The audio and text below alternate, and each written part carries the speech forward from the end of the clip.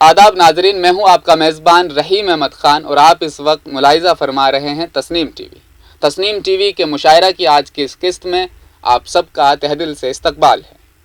संपूर्ण सिंह कालरा उर्फ गुलजार एक हिंदुस्तानी गीतकार, शायर, स्क्रीन राइटर, फिल्म डायरेक्टर और ड्रामा निगार हैं। गुलजार को हिंदी सिनेमा के लिए मशहूर अवार्ड से भी नवाजा जा चुका है। अपने 2004 में हिंदुस्तान के सबसे बड़े एजाज पद्म भूषण से भी इन्हें नवाजा जा चुका है। इसके अलावा उन्हें 2009 में डैनी बॉयल की हिदायतकारी में बनने वाली फिल्म स्लमडॉग मिलियनेयर में उनके लिखे हुए गाने जय हो के लिए बेहतरीन गाने का ऑस्कर अवार्ड भी मिला है। इस गाने के लिए उन्हें ग्रैमी अवार्ड से भी नवाजा जा चुका है। जानते हैं गुलजार के बारे में कुछ दिलचस्प बातें।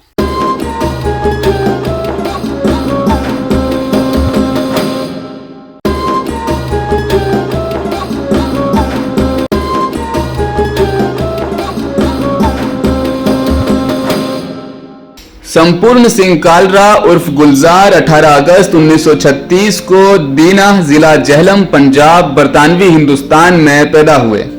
अब वो इलाका पाकिस्तान में चला गया। गुलजार अपने वालिद की दूसरी बीवी का इकलौता बच्चा है।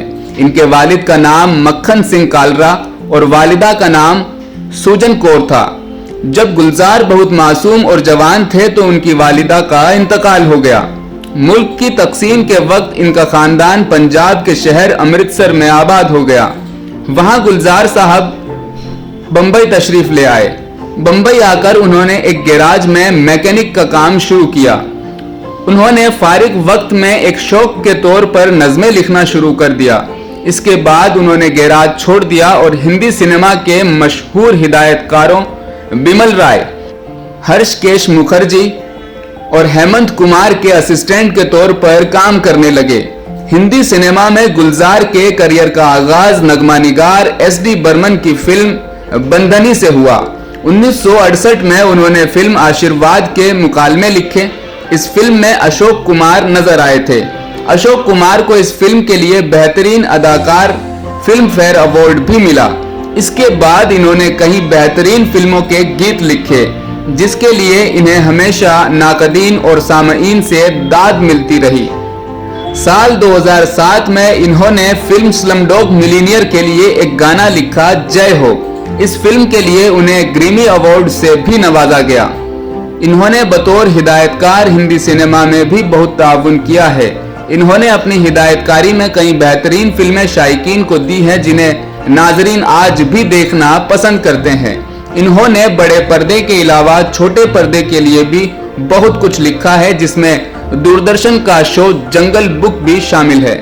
नाजरीन, कई बार जिंदगी में ऐसे लोग हमारे सामने आते हैं, जिंदगी में वो लोग कामयाब हो जाते हैं, लेकिन हम ये नहीं जानते कि आखिर इस कामयाबी की तलाश में वो खुद थे या कुछ और ही बनना चाहते थे। जो लोग अपने काम में इतने कामयाब हो जाते हैं, दुनिया उनके काम से उन्हें जानने लग जाती है, लेकिन बहुत कम लोग ये जान पाते हैं कि आखिर कामयाबी से पहले उनका क्या पेशा रहा होगा।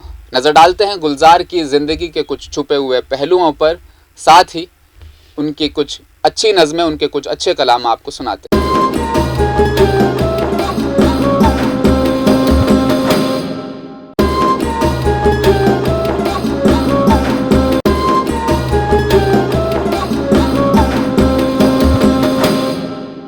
गुलजार साहब एक इंटरव्यू में कहते हुए नजर आए कि उन्हें रविंद्रनाथ टैगोर की किताब दी गार्डन्स, इस किताब का ऐसा असर उन पर हुआ कि उन्होंने मुसन्निफ बनने का फैसला किया। यही वजह है कि मुंबई आकर भी फारिग वक्त में वो नज़में लिखा करते थे। शुरू में इनके वालिद उनके मुसन्निफ बनने से खुश नहीं थे। गुलजार साहब ने 15 मई 1973 को तलाक याफ्ता अदाकारा राखी गुलजार से शादी की। ताहम बेटी मेघना गुलजार की पैदाइश के बाद ही दोनों ने अलहदगी इख्तियार कर ली। लेकिन कहा जाता है कि गुलजार साहब और राखी गुलजार ने कभी एक दूसरे से तलाक नहीं ली। इनकी बेटी मेघना गुलजार फिल्म डायरेक्शंस में है।